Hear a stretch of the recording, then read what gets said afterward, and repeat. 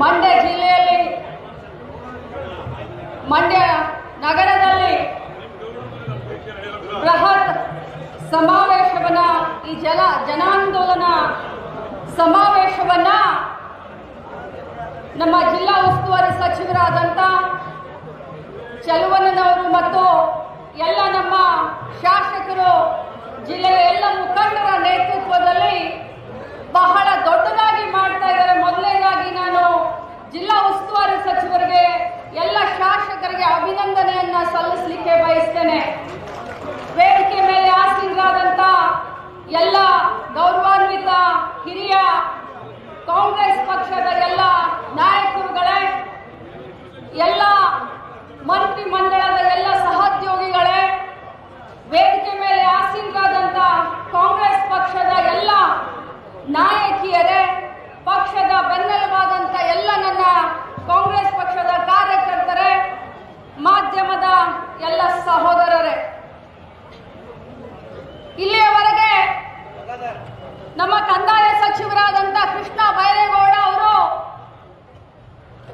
ಅವರ ಅಂತರಾಳದ ಮಾತು ಬಹಳಷ್ಟು ಎಳೆಯಾಗಿ ಯಾವ ರೀತಿ ಬಿಜೆಪಿಯವರು ಜೆಡಿಎಸ್ನವರು ನಮ್ಮ ಕಾಂಗ್ರೆಸ್ ಪಕ್ಷದ ಸಿದ್ದರಾಮಯ್ಯನವರ ನೇತೃತ್ವದ ಡಿ.ಕೆ. ಶಿವಕುಮಾರ್ ಅವರ ನೇತೃತ್ವ ಸರ್ಕಾರವನ್ನ ಬುಡಮೇಲ್ ಮಾಡಲಿಕ್ಕೆ ಕಿತ್ತೊಗಿಲಿಕ್ಕೆ ಏನೆಲ್ಲ ಪಿತೂರಿಯನ್ನ ಮಾಡಿದ್ದಾರೆ ಅಂತ ಹೇಳಿ ಬಿಡಿ ಬಿಡಿಯಾಗಿ ಬಹಳಷ್ಟು ಚೆನ್ನಾಗಿ ಅವರು ತಮ್ಮ ಭಾಷಣದಲ್ಲಿ ಮಾತನಾಡಿದ್ದಾರೆ. ಬಂಧುಗಳೇ, ಬಹಳಷ್ಟು ವಿಚಿತ್ರ ಅನ್ಸುತ್ತೆ.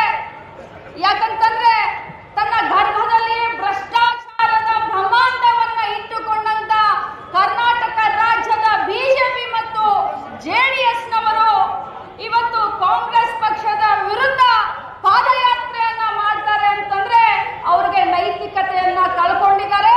ಅವರ ಕಣ್ಣಿಗೆ ಬರೇ ಅಧಿಕಾರದ ದಾಹ, ಅಧಿಕಾರ ಬೇಕು ಬೇಕು ಬೇಕು ಅನ್ನುವಂತ ಮಟ್ಟದಲ್ಲಿ ಈ ರೀತಿ ಏನೇನೋ ಪಿತೂರಿಗಳನ್ನ ಮಾಡ್ತಾ ಇದ್ದಾರೆ.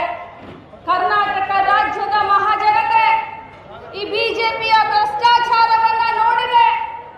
ಏನು ಕಳೆದ 5 ವರ್ಷದಲ್ಲಿ ಯಾವ ರೀತಿ 40% ಅನ್ನ ಸರ್ಕಾರ ಯಾವ ರೀತಿ ಜನರಿಗೆ ಮೋಸ ಮಾಡಿತ್ತು ಅನ್ನೋದನ್ನ ತಾವೆಲ್ಲ ನೋಡಿದ್ದೀರಾ. ಬಂಧುಗಳೇ, ಇದೇ ಕುಮಾರಣ್ಣ ಸಿಎಂ ಆಗಿದ್ದಾಗ, ಕಾಂಗ್ರೆಸ್ ಮತ್ತು ಜೆಡಿಎಸ್ ಸಮ್ಮಿಶ್ರ ಸರ್ಕಾರ ಇದ್ದಾಗ ಪಿತೂರಿ ಮಾಡಿ ನಮ್ಮ ಶಾಸಕರನ್ನ, ಜೆಡಿಎಸ್ ಶಾಸಕರನ್ನ ಬಿಜೆಪಿಯವರು ತೆಗೆದುಕೊಂಡು ಕುಮಾರಣ್ಣನ ಸರ್ಕಾರವನ್ನ ಬೀಳಿಸಿದರು. ಅದನ್ನ ಮರೆತು ಇವತ್ತು ಕುಮಾರಣ್ಣ ಬಿಜೆಪಿಯವರ ಜೊತೆಯಲ್ಲೇನೆ ಇವತ್ತು ಅನ್ಯೋನ್ಯವಾಗಿ ತಮ್ಮ ರಾಜಕಾರಣವನ್ನ ಮಾಡ್ತಾ ಇದ್ದಾರೆ. ನೋಡಿ, ಅವರು ಜನರನ್ನ ಮೂರ್ಖರನ್ನಾಗಿ ಮಾಡಲಿಕ್ಕೆ ಹೊರಟಿದ್ದಾರೆ. ಆದ್ರೆ ಅವ್ರು ತಿಳ್ಕೊಳ್ಬೇಕು, ಇವತ್ತು ಈ ಭಾಗದ ಜನ, ಮಂಡ್ಯದ ಜನ ಯಾರು ಕೂಡ ಮೂರ್ಖರಲ್ಲ, ಯಾರು ಕೂಡ ಕಿವಿ ಮೇಲೆ ಹೂವನ್ನ ಇಟ್ಕೊಂಡಿಲ್ಲ. ಪ್ರತಿಯೊಬ್ಬರಿಗೂ ಇವತ್ತು ರಾಜಕಾರಣದ ಆಗು ಹೋಗುಗಳ ಬಗ್ಗೆ ಅರಿವಿದೆ. ಅಷ್ಟೊಂದು ಸುಶಿಕ್ಷಿತರು, ಅಷ್ಟೊಂದು ತಿಳಿದಂತವರು ಈ ಭಾಗದ ಜನ ಅಂತ ಹೇಳಲಿಕ್ಕೆ ಬಯಸ್ತೇನೆ. ಬಂಧುಗಳೇ, ಬಿಜೆಪಿ ಸರ್ಕಾರ ಕರ್ನಾಟಕ ರಾಜ್ಯಕ್ಕೆ ಮಾಡಿದಂತ ಅನ್ಯಾಯವನ್ನ ಒಂದೊಂದಾಗಿ ಹೇಳಲಿಕ್ಕೆ ಹೋದ್ರೆ ಅದು ಸಮಯ ಸಾಲದಿಲ್ಲ.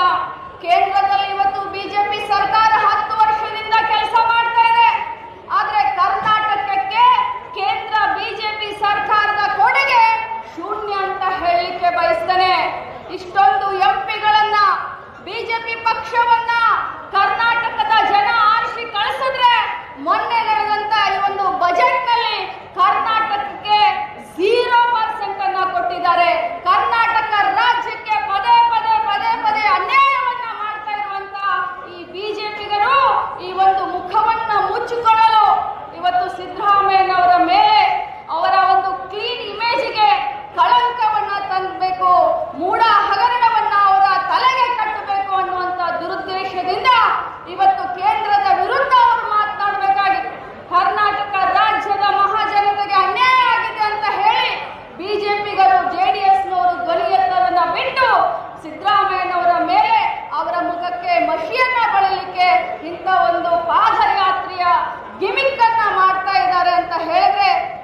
ಮಾಡ್ಲಿಕ್ಕೆ ಆಗೋದಿಲ್ಲ.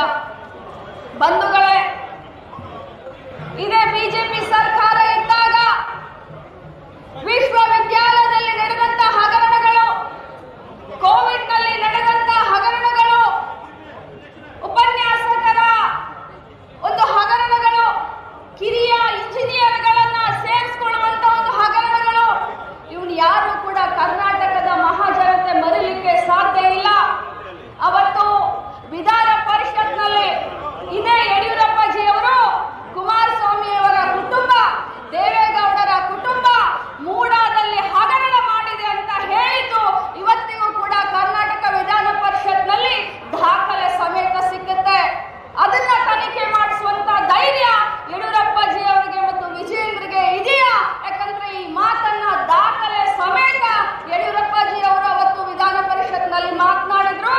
ಕುಮಾರಸ್ವಾಮಿ ಅವರು ಮತ್ತು ದೇವೇಗೌಡರ ಕುಟುಂಬ ಮೈಸೂರು ಮೂಡಾದಲ್ಲಿ ಹಗರಣ ಮಾಡಿದೆ ಅಂತ ಹೇಳಿ. ಈಗ ಅದನ್ನೆಲ್ಲ ಬಿಟ್ಟಿದ್ದಾರೆ. ಇವತ್ತು ಇಬ್ರು ದೋಸ್ತಿಗಳಾಗಿ ಸಿದ್ದರಾಮಯ್ಯನವರು ಯಾವ ರೀತಿ ಸರ್ಕಾರವನ್ನು ನಡೆಸ್ತಾ ಇದ್ದಾರೆ, ಜನಪರವಾದಂತ ಯೋಜನೆಗಳನ್ನ ತಂದಿದ್ದಾರೆ. ಮಹಿಳೆಯರಿಗೆ, ಬಡವರಿಗೆ, ಯುವಕರಿಗೆ, ಜನಸಾಮಾನ್ಯರಿಗೆ, ರೈತರಿಗೆ ಅನುಕೂಲ ಆಗುವಂತ ಯೋಜನೆಯನ್ನ ತೆಗೆದುಕೊಂಡು ಬಂದು ರಾಜ್ಯದಲ್ಲಿ ಹಿಂದುಳಿದ ವರ್ಗದಿಂದ ಬಂದಂತ ಒಬ್ಬ ಧೀಮಂತ ನಾಯಕ ಎರಡನೇ ಬಾರಿ ಮುಖ್ಯಮಂತ್ರಿ ಆಗಿದಾರಲ್ಲ, ಅದನ್ನ ನೋಡ್ಲಿಕ್ಕೆ ಅವ್ರ ಕೈಯಿಂದ ಆಗ್ತಾ ಇಲ್ಲ ಬಂಧುಗಳೇ. ಇವತ್ತು 2013ರಿಂದ 2018ರವರೆಗೆ ಮಾನ್ಯ ಮುಖ್ಯಮಂತ್ರಿಗಳಾದಂತ ಸಿದ್ದರಾಮಯ್ಯನವರು 165 ಭಾಷೆಗಳನ್ನ ಕೊಟ್ಟಿದ್ರು. ಆ ಎಲ್ಲಾ ಭಾಷೆಗಳನ್ನ ಈಡೇರಿಸಿ ಜನರಿಗೆ ತಾನು ಕೊಟ್ಟಂತ ಭಾಷೆಯನ್ನ ಉಳಿಸಿಕೊಂಡಂತ ಧೀಮಂತ ನಾಯಕ ಅಂತ ಹೇಳಿ ಇನ್ನೊಮ್ಮೆ ಸಾಬೀತುಪಡಿಸಿ ಇವತ್ತು ಮತ್ತೆ ಮುಖ್ಯಮಂತ್ರಿಗಳಾಗಿದ್ದಾರೆ. ಇವತ್ತು 5 ಭಾಗ್ಯಗಳು. ನಾನು ನಿನ್ನೆ ಒಂದು ಕಡೆ ಕಾರ್ಯಕ್ರಮದಲ್ಲಿ ನಮ್ಮ ಅಧ್ಯಕ್ಷರು ಮತ್ತು ಮಾನ್ಯ ಉಪಮುಖ್ಯಮಂತ್ರಿಗಳು ಭಾಷಣ ಮಾಡಬೇಕಾದ್ರೆ ಗೃಹಲಕ್ಷ್ಮಿ ಬಗ್ಗೆ ಕೇಳಿದ್ರಂತೆ. ಅವಾಗ ಮಹಿಳೆಯರು 2 ತಿಂಗಳು ಬಂದಲ್ಲ ಅಂತ ಹೇಳಿದ್ರಂತೆ. ಆದ್ರೆ ತಮಗೆಲ್ಲ ಹೇಳಲಿಕ್ಕೆ ಬಯಸ್ತೇನೆ, ಇವತ್ತಿನಿಂದ ತಮ್ಮ ಅಕೌಂಟ್ಗೆ ದುಡ್ಡು ಬರ್ತಾ ಇದೆ.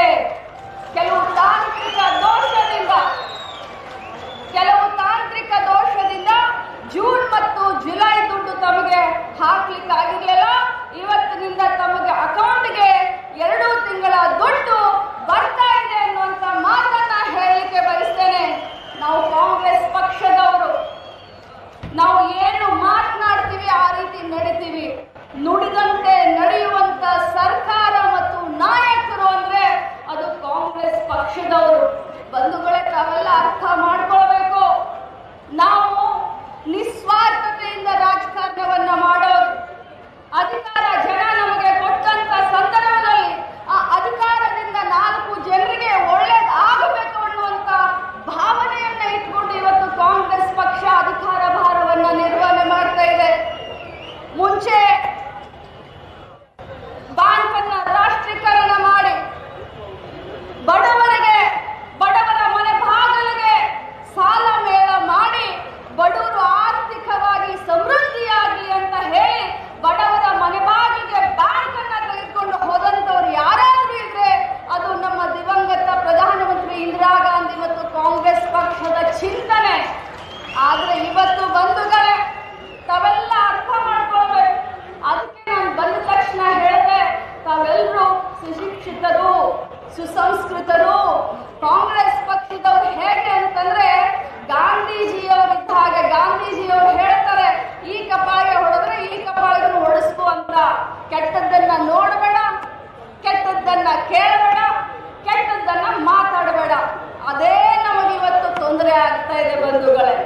ಯಾಕೆ ಅಂತಂದ್ರೆ ಈ ಬಿಜೆಪಿಯವರು, JDSನವರು ಒಂದು ಸುಳ್ಳನ್ನ 1000 ಬಾರಿ ಹೇಳಿ ಹೇಳಿ ಹೇಳಿ ಸತ್ಯ ಮಾಡಲಿಕ್ಕೆ ಹೊರಟಿದ್ದಾರೆ. ಆದ್ರೆ ಕಾಂಗ್ರೆಸ್ನವರು ಅವರಿವತ್ತು ಬ್ಯಾಂಕ್ಗಳನ್ನ ಖಾಸಗೀಕರಣ ಮಾಡ್ತಾ ಇದ್ದಾರೆ. ಬಿಜೆಪಿಯವರು ನಾವು ರಾಷ್ಟ್ರೀಕರಣ ಮಾಡಿದ್ವಿ, ಬಿಜೆಪಿಯವರು ಇವತ್ತು ಬ್ಯಾಂಕ್ಗಳನ್ನ ಮಾರ್ಕೊಳ್ತಾ ಇದ್ದಾರೆ.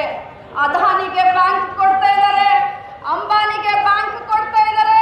ದೇಶದ ಎಲ್ಲ ಆಸ್ತಿಗಳನ್ನ ಕೆಲವು ಬಂಡವಾಳ ಶಾಹಿಗಳ ಕಪಿ ಮುಷ್ಟಿಗೆ ಕೊಡ್ತಾ ಇದ್ದಾರೆ. ತಾವು ಇದ್ರ ಬಗ್ಗೆ ಚಿಂತನೆಯನ್ನ ಮಾಡಬೇಕು ಬಂಧುಗಳೇ. ಇವತ್ತು ಬಡವರಿಗೆ ಬರಗಾಲ ಇದೆ ಸ್ವಾಮಿ, ನಮ್ಮ ರೈತರು ಸಂಕಷ್ಟದಲ್ಲಿದ್ದಾರೆ, ನಮಗೆ ಪರಿಹಾರದ ಹಣವನ್ನ ಕೊಡಿ ಅಂತ ಹೇಳಿದ್ರೆ ನಮಗೆ ಕೇಂದ್ರದವರು ಬಿಜೆಪಿಯವರು ಕೊಡ್ಲಿಲ್ಲ. 25 ಜನ ಪಾರ್ಲಿಮೆಂಟ್ ಸದಸ್ಯರು ಒಬ್ರು ಕೂಡ ಬಾಯಿ ಬಿಚ್ಚಲಿಲ್ಲ. ಅನಿವಾರ್ಯ ಪರಿಸ್ಥಿತಿಯಲ್ಲಿ ನಾವು ಸುಪ್ರೀಂ ಕೋರ್ಟ್ಗೆ ದಾವೆಯನ್ನ ಹೂಡಿ ನಮ್ಮ ಹಕ್ಕಿಗೆ ನಾವು ಹೋರಾಟ ಮಾಡಿ ನಮ್ಮ ಹಕ್ಕಿಗೆ ಬರುವಂತ ದುಡ್ಡನ್ನ ನಾವು ತೆಗೆದುಕೊಂಡು ಬಂದ್ವಿ ಅಂತ ಕೃಷ್ಣ ಬೈರೇಗೌಡ ಸರ್ ಹೇಳಿದ್ರು. ಆದ್ರೆ ಬಂಧುಗಳೇ, ಸುಮಾರು ಈ ದೇಶದಲ್ಲಿ 16 ಲಕ್ಷ ಕೋಟಿ ಹಣವನ್ನ, ಬಂಡವಾಳಶಾಹಿಗಳ ಸಾಲವನ್ನ ಮನ್ನಾ ಯಾರಾದ್ರೂ ಮಾಡಿದ್ರೆ ಅದು ಭ್ರಷ್ಟ ಕೇಂದ್ರ ಬಿಜೆಪಿ ಸರ್ಕಾರ ಅಂತ ಹೇಳಲಿಕ್ಕೆ ಬಯಸ್ತೇನೆ. 16 ಲಕ್ಷ ಕೋಟಿ.